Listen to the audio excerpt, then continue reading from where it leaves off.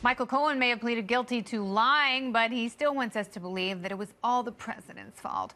The Wall Street Journal reporting that Cohen paid an IT firm to rig 2 polls for Donald Trump before he entered the presidential race. Cohen allegedly handed the owner of Redfinch Solutions, LLC, a blue Walmart bag with $13,000 in party cash and a stinky boxing glove, allegedly belonging to a Brazilian mixed martial artist.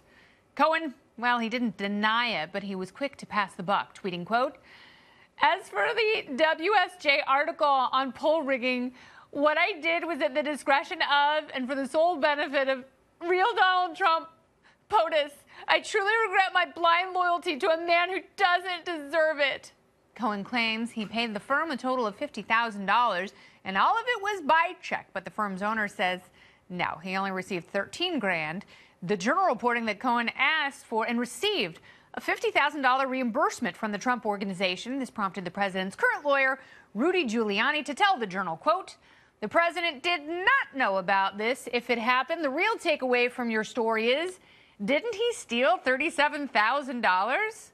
So did the president's former fixer fix the polls and pocket a few grand along the way? And if so, who's really to blame?" Joining me now, Fox News national security strategist, former deputy assistant to President Donald J. Trump, and author of Why We Fight, Dr. Sebastian Gorka. Welcome back. Thank you, Kennedy. How do you fudge polls? How do you get to be a convicted liar and a thief and then expect us to believe you just days before you go to a federal prison to be locked up? This man is pathetic. Yeah, he's something. He started the handle Women for Cohen. And let me just read their tagline. Strong, pit bull, sex symbol, no nonsense, business-oriented, and ready to make a difference. Woo! And this is still an active account. Good job, Michael. Pitbull. Are we suddenly in an SNL skit, Kennedy? I know you were from MTV, but have we just suddenly moved into stand-up comedy? No, I think this is funnier than the current SNL landscape, and I think that's sure. I think that's why late night shows and sketch shows are struggling, because the real stuff is funnier than anything absurd you could come up with in a writer's room. I mean, this is all so insane. And you know, what about the guy John Gouger and his bag of cash? Well, look, again, it's exactly as the nation's mayor said. I mean, Rudy nailed it. Not only is this guy a liar, but he can't even get his lies straight as to what he said he was doing.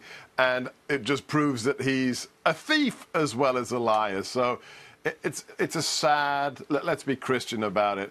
This is a sad, pathetic man, and he's going to prison, and he's just clutching at straws for some kind of relevance before he's locked away for the next 3 years. And he will, it seems, receive a good smiting in prison.